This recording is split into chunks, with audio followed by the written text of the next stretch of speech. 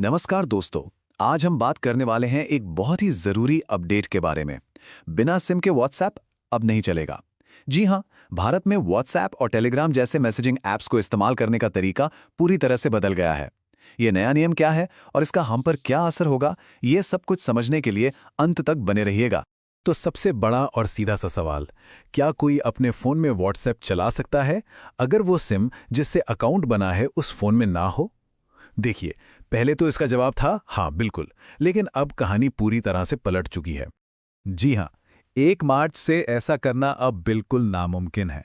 और ये कोई छोटा मोटा बदलाव नहीं है। सोचिए, भारत में व्हाट्सएप और टेलीग्राम के करोड़ों यूजर्स हैं और उन सभी पर इसका सीधा असर पड़ेगा।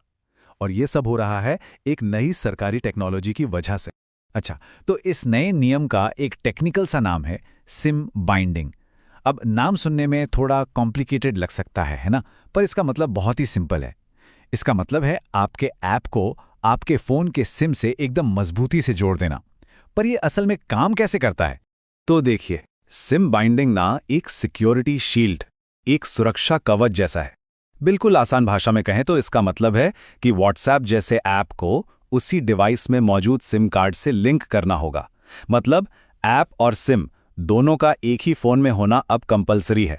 इसको समझने का सबसे बेस्ट तरीका पता है क्या है? अपने बैंकिंग ऐप्स के बारे में सोचिए। जैसे आपका पेटीएम है या कोई भी यूपीआई ऐप, वो तभी काम करता है ना जब आपका रजिस्टर्ड सिम उसी फोन में पड़ा हो। बस अब व्हाट्सएप और टेलीग्राम भी ठीक इसी नियम को फॉलो करेंगे। तो पहले क्या सिस्टम था? आप अपना सिम किसी और फोन में रखकर भी अपने डिवाइस पर व्हाट्सएप चला सकते थे, कोई दिक्कत नहीं थी। लेकिन अब वो सब खत्म। अब सिम और ऐप का एक ही फोन में होना जरूरी है।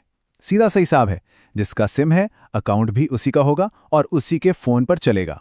लेकिन सवाल ये उठता है कि आखिर सरकार को अचानक से इतना बड़ा कदम उठाने की जरूरत क्यों पड़ी? इस नए रूल के पीछे असली वजह क्या है? आइए जानते हैं। तो देखिए, सरकार ने इसके पीछे 2 मेन कारण दिए हैं। पहला, ऑनलाइन फाइनेंशियल फ्रॉड जो बढ़ता जा रहा है उस पर लगाम कसना। आपने सुना होगा कैसे स्कैमर्स किसी और के नंबर से फेक प्रोफाइल बनाते हैं, ओटीपी स्कैम करते हैं, लोगों को ठगते हैं। बस अब इस पर रोक लगेगी। और दूसरा कारण है राष्ट्र सुरक्षा को और मजबूत करना। इससे क्या होगा कि अगर कोई भी क्रिमिनल या गलत एक्टिविटी होती है तो असली यूजर को पहचानना और ट्रेस करना बहुत आसान और तेज हो जाएगा। और सरकार इस नियम को लेकर कितनी सीरियस है, इसका अंदाजा आप संचार मंत्री के इस बयान से लगा सकते हैं। उन्होंने साफ कहा है कि ये नियम राष्ट्रीय सुरक्षा को ध्यान में रखकर बनाए गए हैं, इसमें कोई ढील नहीं दी जाएगी। इसका सीधा सा मतलब है कि यह नियम अब यहां रहने के लिए आया है, ये परमानेंट है और हम सबको इसके हिसाब से ही चलना होगा। तो चलिए अब उस हिस्से पर आते हैं जो हम सबको सबसे ज्यादा अफेक्ट करेगा। इन नए नियमों का हमारी डेली लाइफ पर, रोजमर्रा की जिंदगी पर आखिर क्या असर पड़ने वाला है, खासकर तब जब हम फोन के अलावा दूसरे डिवाइस जैसे लैपटॉप या टैबलेट यूज करते हैं। इसमें एक और बहुत बड़ा बदलाव है और वो है टाइम लिमिट। जी हाँ, अब से आप अपने व्हाट्सएप को किसी भी लिंक्ड कंप्यूटर या टैबलेट पर लगातार सिर्फ 6 घंटे तक ही इस्तेमाल कर पाएंगे। बिल्कुल सही सुना। 6 घंटे पूरे होते ही आपका लिंक्ड डिवाइस अपने आप लॉग आउट हो जाएगा। फिर से इस्तेमाल करने के लिए आपको दोबारा लॉगिन करना पड़ेगा। अब सोचिए उन लोगों के बारे में जो अपने काम के लिए पूरे पूरे दिन लैपटॉप पर व्हाट्सएप का इस्तेमाल करते हैं। उनके लिए तो ये एक बड़ी परेशानी बन सकती है। तो आखिर में ये पूरी बात आकर एक ही बड़े सवाल पर रुक जाती है, सिक्योरिटी वर्सेस कन्वीनियंस। मतलब सुरक्षा बनाम सुविधा।